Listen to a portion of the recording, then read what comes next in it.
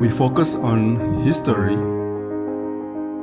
culture, religion, art, social, and philosophy of Nusantara. Here, in the presence of Nusantara, we were made to be forgotten about the goodness of ourselves.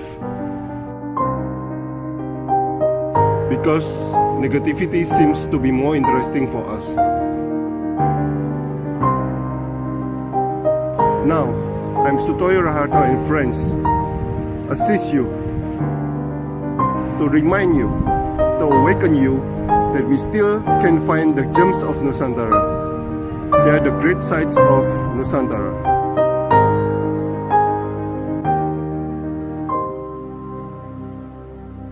Selamat pagi Bu Nita Asar, seorang fashion designer karena kecelakaan ini. Karena nyasar ini. Ya, nyasar. Oke. Bu, Ibu menulis lahir, hadir, dan mengalir. Ini wow banget, ini sangat Asian banget, Bu. Nah, kita bagian dari proses ini, apa yang Anda lihat dalam proses ini? Lahir, hadir, mengalir. Silakan, Bu. Ya. Jadi kita manusia lahir ke dunia ini tercipta itu melalui proses kelahiran, dan kita semua mengalami proses ini. Dari kelahiran itu kita untuk hadir dan menjadi ada di dunia ini. Nah, setelah ada, kita pasti akan memilih atau menentukan kedepannya akan menjadi apa atau menjadi siapa. Nah, itu yang menurut saya harus kita perjuangkan. Saya di dalam proses kehidupan saya memilih pada akhirnya memilih untuk mengalir. Mengalir bukan berarti kita pasrah, tetapi lebih kepada menjalani kehidupan ini dengan ikhlas, tetapi sesuai dengan realita. Mengapa demikian? Karena begini, jadi ketika saya kecil, saya lahir dari keluarga perbankan. Jadi kakek saya itu mengabdikan seluruh hidupnya di dunia perbankan, bahkan setelah pensiun juga masih diminta untuk di perbankan. Kedua orang tua saya juga di bank, ayah, ibu saya juga di perbankan, bahkan om, tante itu juga banyak yang di bank, sehingga anaknya pun diminta untuk menjadi bekerja di bank juga. Nah, ini unik ini. Iya. Itu makanya selepas SMA saya harus kuliah di bidang ekonomi atau jurusan ekonomi. Pada waktu itu saya akhirnya kuliah di Akademi Perbankan, terus melanjutkan di STIE juga jurusan perbankan. Tetapi karena memang bukan passion saya, sehingga saya kuliah itu juga ogah-ogahan. Ogah-ogahan, dan bahkan ketika ujian, ketika ini saya juga jarang mengikuti, karena pada waktu itu saya sudah senang berteater, senang kebetulan juga sering ditawari untuk main sinetron dan sebagainya, sehingga kuliah saya sampai 11 tahun. Tapi lulus, Bu? Enggak. Cuma sampai skripsi. Oh, mahasiswa abadi berarti ini.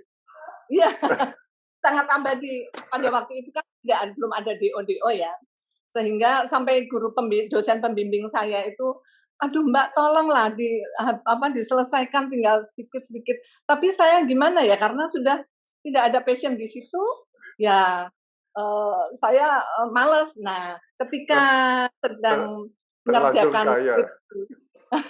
No, tidaklah. Belum. Pada waktu itu saya sedang mengerjakan skripsi sampai bab 4 di mana saya harus berkonsultasi terus dengan dosen yang kebetulan bukan dosen di tempat perguruan tinggi saya, tetapi dari UGM, di mana beliau ini adalah dosen terbang, sehingga saya sangat sulit untuk menemui beliau. Jadi jadwalnya tuh sulit lah, sehingga itu membuat saya sangat patah semangat. Dan kebetulan pada waktu itu di sebuah media ada pengumuman lomba desain busana untuk Jawa Tengah dan DIY. Nah, karena saya suka coret-coret dan kebetulan juga saya dari kecil itu suka sekali mengkoleksi kain, terutama kain batik, kain tenun. Nah, itu saya mencoba mencoret-coret, membuat desain dan saya kirimkan. Ternyata saya masuk dan saya memperagakan busana karya saya dan saya menjadi juara umum favorit dan juara 1 pada waktu itu. Nah, sejak dari itu saya sering diajak peragaan busana, sehingga saya merasa loh kok dari sini saya bisa membuat desain, bisa menjual karya saya dan mendapatkan uang dari situ. Nah, itu yang membuat saya akhirnya memutuskan tidak melanjutkan skripsi saya. Nah, itulah mengapa saya pikir bahwa hidup itu tidak boleh melawan realita, tidak boleh dipaksakan kemana kita. Jadi harus lebih lebih melihat ke passion kita, harus melihat realita. Kenapa kita harus mengalir? Jadi tidak melawan apa yang ada di dalam passion saya, gitu. Tidak melawan passion. Ya, tidak melawan realita. Oke, saya bawa Ibu ke memori yang dulu ini, Bu. Sewaktu masih berkecimpung dalam dunia teater, Bu. Apa yang Anda nikmati, Bu? Mengalir apa adanya atau sudah bermain di dalam dunia fashion designer? Silakan. Sebetulnya belum. Jadi saya dari kecil, saya mungkin sekitar usia 10 tahun sudah bermain teater. Pada waktu itu saya tergabung di teater teratai, yaitu teater anak-anak, asuhan dari salah satu muridnya Rendra, yaitu Adi Kurdi almarhum. Itu membuat teater anak-anak dan saya ada di teater teratai itu. Nah, untuk kemudian setelah waktu itu saya kelas 1 SMP, umur 13 tahun, 13 tahun, tahun 77, saya juga main dalam film Al-Kausar, film layar lebar. Nah, saya yang pasti sangat menikmati proses dalam berteater, dalam film, dan dalam dunia seni peran lainnya. Itu yang betul-betul membuat saya bisa mengekspresikan apa yang menjadi passion saya itu. Itu padahal tumbuh dari keluarga perbankan dan siapa yang mengajari Ibu waktu itu? Sebetulnya tidak ada ya, karena nggak ada. Orang tua saya kan sibuk, sehingga saya mungkin lebih kepada lingkungan. Kebetulan saya tinggal di daerah namanya Ketanggungan, Kampung Ketanggungan, di mana di situ ada Rendra dengan bengkel teaternya dan dekat dengan ASRI, Akademi Seni Rupa Indonesia yang sekarang kemudian menjadi ISI. Nah, itu cita-cita saya dari kecil. Memang setelah SMA saya inginnya masuk ke ASRI. Tetapi keluarga besar tidak mengizinkan, ya apa boleh buat, saya harus mengikuti kemauan beliau itu untuk masuk di sekolah Akademi Perbankan. Bu, kalau sekarang masih ada kesempatan, masih mau Bu masuk ke sekolah seni? Mau sekali, karena saya memang tetap tetap ingin terus belajar mengenai seni rupa terutama ya. Nah, tetapi beruntungnya saya banyak selama ini banyak berhubungan dengan teman-teman seniman dari lintas bidang yang berbeda. Teman-teman saya seniman dari seni rupa, dari seni teater, seni tari, seni musik, para musisi bahkan, itu saya bergaul dengan mereka, sehingga kita selalu mendapat dukungan dari mereka untuk berkolaborasi. Itu mengapa saya setelah selain menjadi desainer, aktivitas saya juga inginnya menjadi seniman seni rupa. Dan saya dengan dukungan teman-teman ini, saya sudah pernah mengikuti beberapa pameran seni rupa, pameran lukisan, dan bahkan saya berpameran di Galeri Nasional Indonesia 2 kali, dan di Museum Gajah di Jakarta juga, itu kolaborasi dengan maestro seni kita, Sidik Marto Wijoyo, itu pada tahun 2017 saya rasa. Ya. Bu, kalau di Instagram nggak dipamerkan, Bu, karyanya. Nah itu dia. Semua juga protes, kenapa di Instagram hanya fotomu aja, gaya-gaya.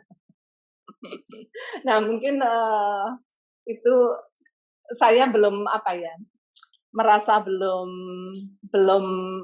pede untuk mengekspresikan diri saya sebagai seniman, karena memang orang taunya saya sebagai desainer begitu.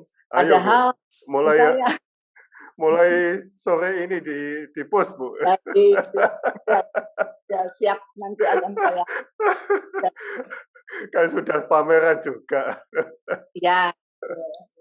Ya, biar Pak Sidik merasa gimana gitu. Masa Ya. Pak Sidik terus. Ya, dengan Mas Nasirun juga pernah. Terus kalau di dunia koreografi, tari, saya juga beberapa kali berkolaborasi dengan Didik Ninitowo, terus Bimo Wiwohatmo. Saya beberapa kali ke Jepang juga berkolaborasi dengan mereka. Terus dengan Mas Miroto, beliau juga maestro tari juga.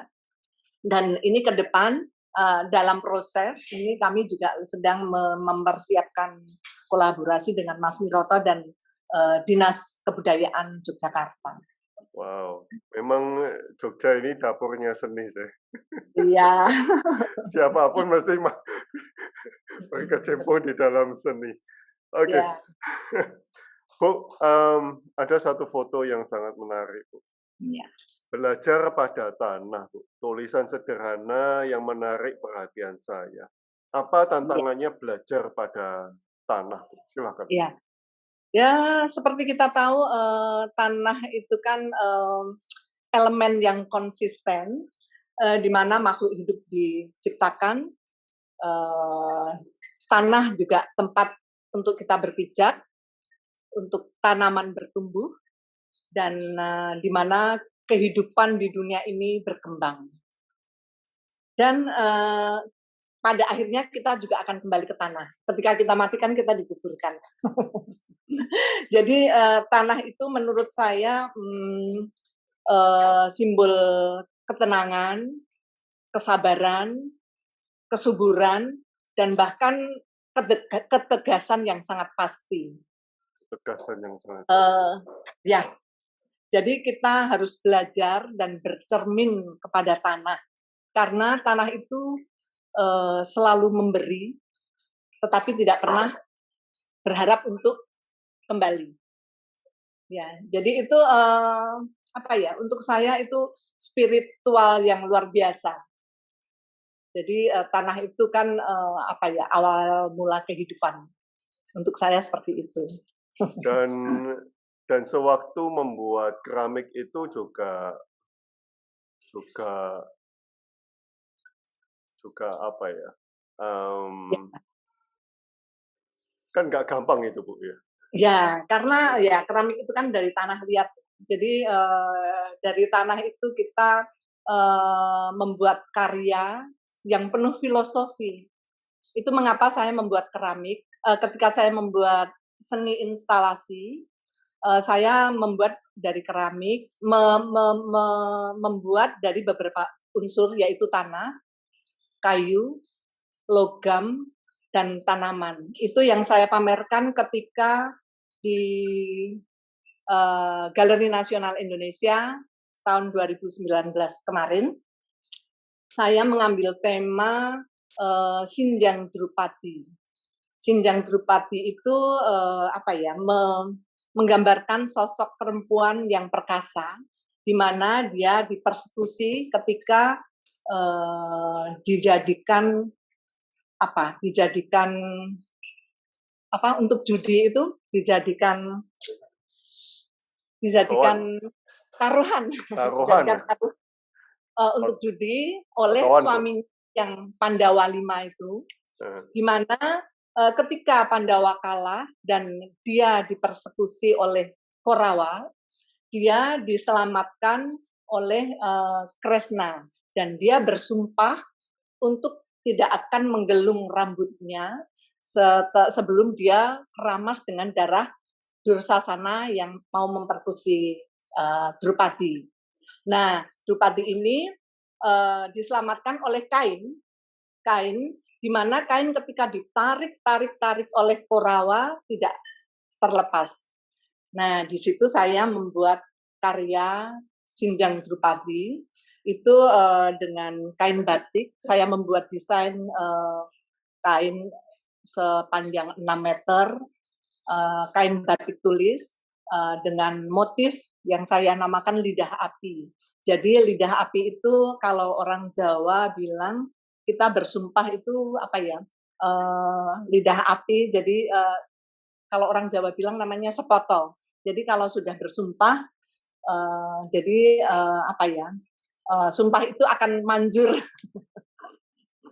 gitu.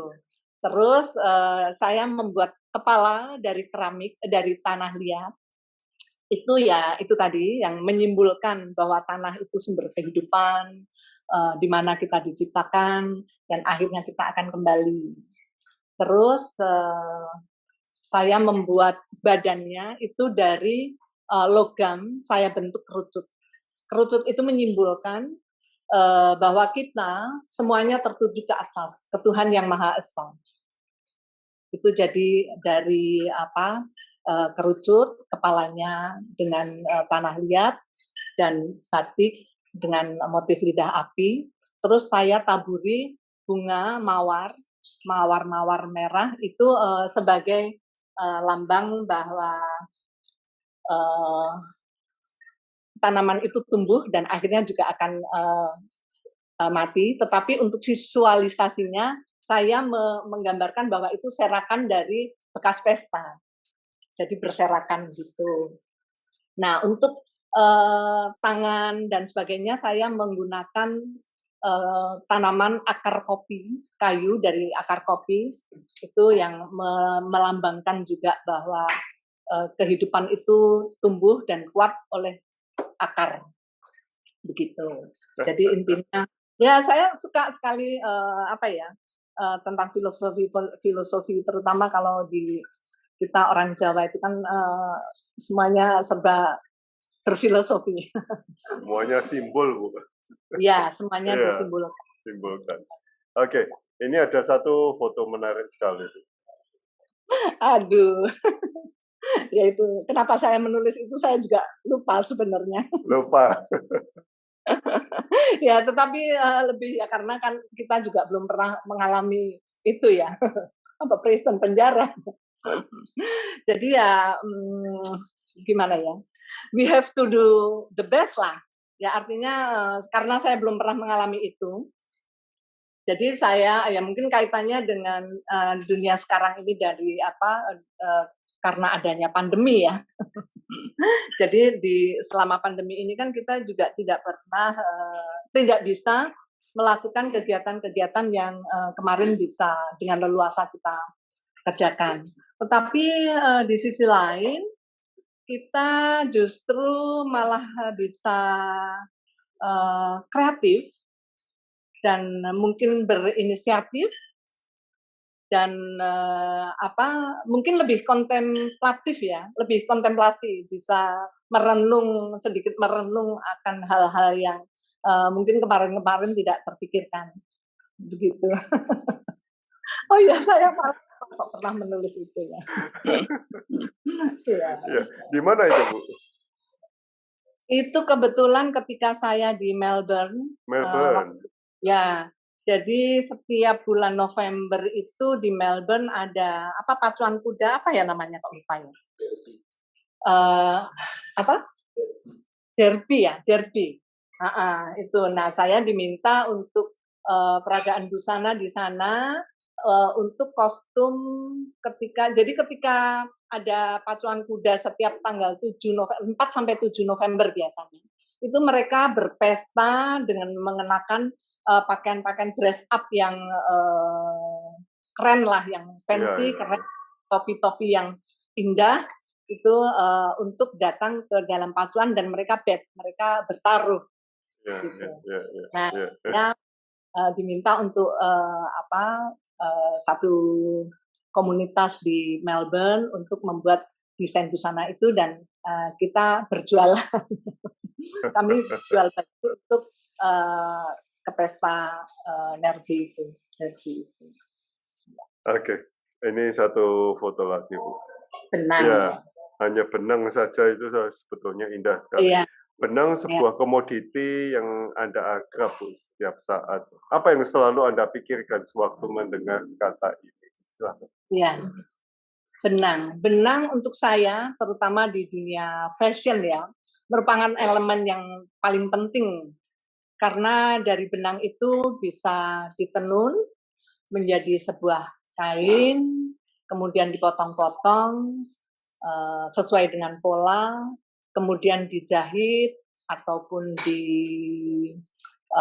disatukan dengan benang lagi sehingga menjadi sebentuk baju yang kita kenakan, yang tidak hanya sekedar baju sebagai penutup aurat, tetapi juga mempunyai nilai lebih pada estetika kita berbusana gitu. Dan foto itu diambil ketika saya pergi ke sebuah kampung namanya Pedan di Klaten. Itu di situ ada perkampungan tenun, di mana para penenunnya itu sudah sepuh-sepuh, sudah tua. Itu yang sebenarnya membuat kami sangat prihatin sekali karena anak-anak muda sekarang sudah mulai meninggalkan dunia tenun ini, bukan orang yang konsumennya, tetapi produsennya. Jadi anak-anak muda sekarang lebih suka kerja di pabrik atau kerja di supermarket atau di mana yang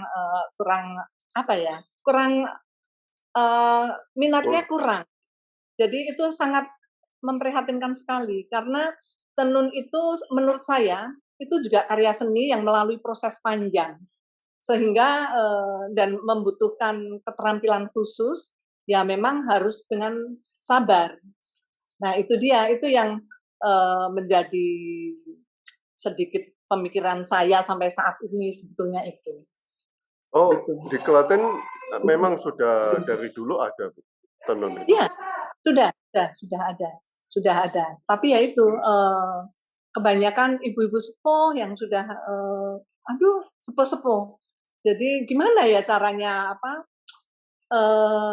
menggiatkan anak muda untuk mencintai atau untuk membuat passion mereka tergerak untuk bekerja atau membuat tenun ini. Itu mungkin bisa menjadi. Iya. Itu berarti sampai sekarang masih, Bu, ya? Iya, sampai sekarang masih. Saya baru tahu kalau di Jawa Tengah ada tenun juga. Iya, ada. Dan sebetulnya di Jogja sendiri juga ada, yaitu di daerah Gamplong. Di daerah Gamplong itu malah sampai sekarang ini betul-betul sudah tidak berbekas. Itu yang sangat saya sayangkan. Loh, hilang berarti sudah lenyap? Iya, iya, sudah hilang. Sekarang masih ada beberapa, tetapi mereka tidak lagi membuat kain tenun, tetapi membuat kain pel, terus serbet, terus stagen atau angkin untuk ikat pinggang wanita Jawa itu. Nah, buat seperti itu. Jadi mereka sudah jarang sekali yang membuat tenun kain. Padahal sayang itu sekali. sayang sekali karena saya tuh sangat menyukai kain yang dengan proses tenun tangan. Artinya itu untuk saya sangat eksotik dan karena mempunyai karakteristik bahan yang menonjol dan itu sangat bernilai karena melalui proses. Ya. Oh ya. Wow. Ya. Ya. Dan ya proses ini yang untuk saya sangat penting dan orang harus menghargai proses. Gitu. Ya. Saya baru tahu kalau Jawa Tengah punya tenun. Ya. Dan di Pekalongan juga ada, terus di Jepara yang sangat maju saat ini justru Jepara. Jepara itu sudah menguasai pasar Indonesia saya pikir bahkan. Ya. Dan Jepara sudah muda-muda itu Bu yang. Ya, saya pikir sudah menjadi industri tenun. Ya, itu yang luar biasa. Oh, wow. Oke. Terima kasih Bu untuk sharing pengalamannya nih. Ya, terima kasih. Harus jumpa di Jogja nih Bu.